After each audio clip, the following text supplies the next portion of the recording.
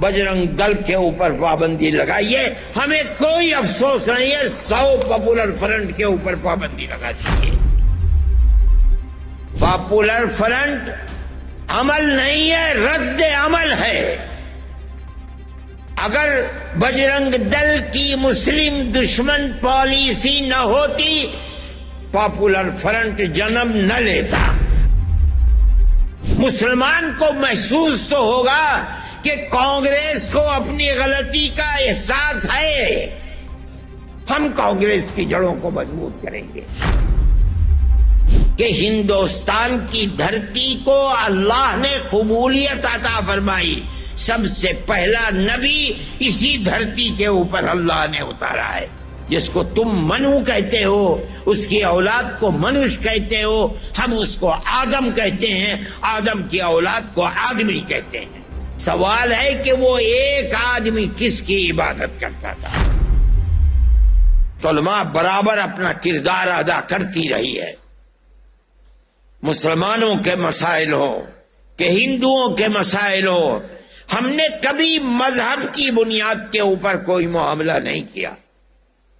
ہم ہر ہندوستانی کی جمعیت علماء ہر محاذ پر مدد کرنے کے لیے ہر وقت تیار رہی ہے اور مدد کرتی رہی ہے، یہاں تک کہ کانگریس کا دور اقتدار ختم ہو گیا۔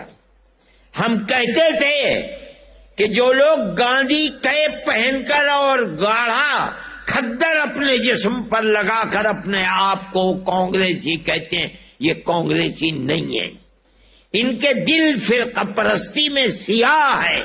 ہماری اس بات کو قبول ہی نہیں کرتا تھا، لیکن جیسے کانگریس کی اقتدار کی فائل بند ہوئی، ایک ایک کر کے کانگریس چھوڑ کر بی جے پی کے اندر داخل ہو گئے۔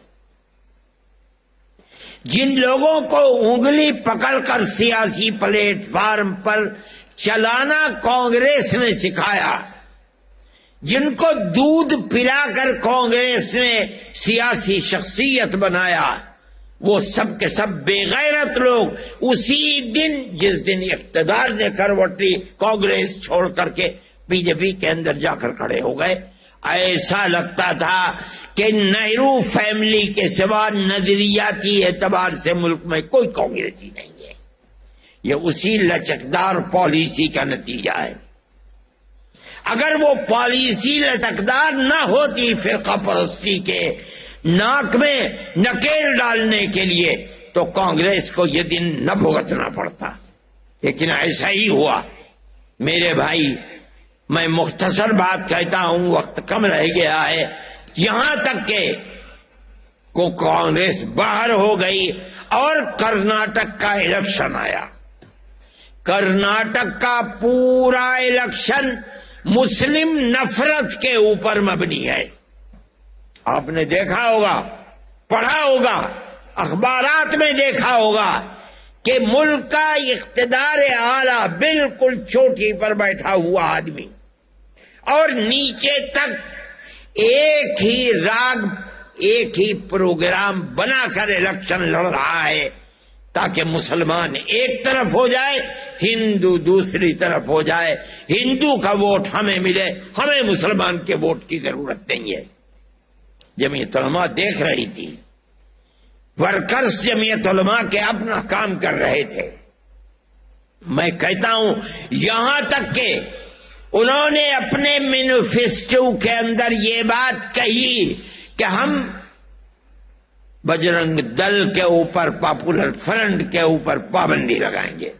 ہمیں کوئی فکر نہیں کہ پاپولر فرنٹ کا، پاپولر فرنٹ عمل نہیں ہے، رد عمل ہے۔ اگر بجرنگ دل کی مسلم دشمن پالیسی نہ ہوتی، پاپولر فرنٹ جنم نہ لیتا۔ آپ بجرنگ دل کے اوپر پابندی لگائیے، ہمیں کوئی افسوس نہیں ہے، 100 پاپولر فرنٹ کے اوپر پابندی لگا دیجیے، ملک میں امن تو قائم رہے۔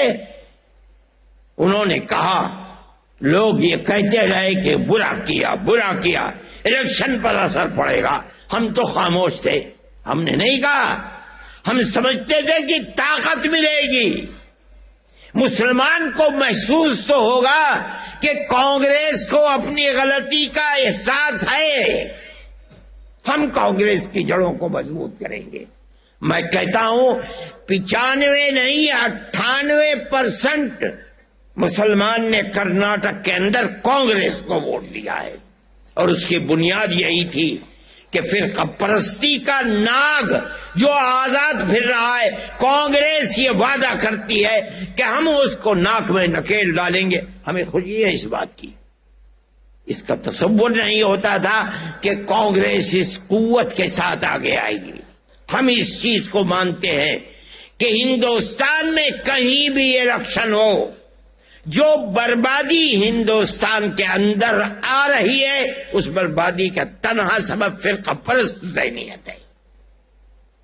آج جو لوگ کرسی اقتدار پر بیٹھے ہیں وہ یہ سمجھتے ہیں کہ ہمارے اقتدار کی حفاظت صرف اور صرف فرقہ پرستی کی بنیاد پر ہوگی، تاکہ ہم ہندو اور مسلمان کے ووٹ کو تقسیم کر دیں. ہم یہ سمجھتے ہیں کہ یہ ملک کی بربادی کا پہلا زینہ ہے. ملک ہندوستان جس کے اندر ہندو اور مسلمان دونوں رہتے ہیں، آج سے نہیں 1400 سال سے رہتے ہیں. 1400 سال سے رہتے ہیں. میں نے یہ بات کہی تھی جس کا بڑا شور مچا کہ ہندوستان کی دھرتی کو اللہ نے قبولیت عطا فرمائی. سب سے پہلا نبی اسی دھرتی کے اوپر اللہ نے اتارا ہے. جس کو تم منو کہتے ہو، اس کی اولاد کو منوش کہتے ہو، ہم اس کو آدم کہتے ہیں، آدم کی اولاد کو آدمی کہتے ہیں. سوال پیدا ہوتا ہے کہ منو نہ رام ہے نہ لکشمن ہے، کوئی نہیں ہے، تنہا ایک آدمی ہے. اس سے اولاد چلے گی تو رام پیدا ہوں گے، اولاد چلے گی تو راون پیدا ہوں گے. ابھی اولاد ہی نہیں چلی ہے. سوال ہے کہ وہ ایک آدمی کس کی عبادت کرتا تھا؟ کوئی نہیں بتا سکتا. ہمارے پاس اللہ کی کتاب قرآن ہے. وہ ایک اللہ یعنی ایک اوم کی عبادت کرتا تھا.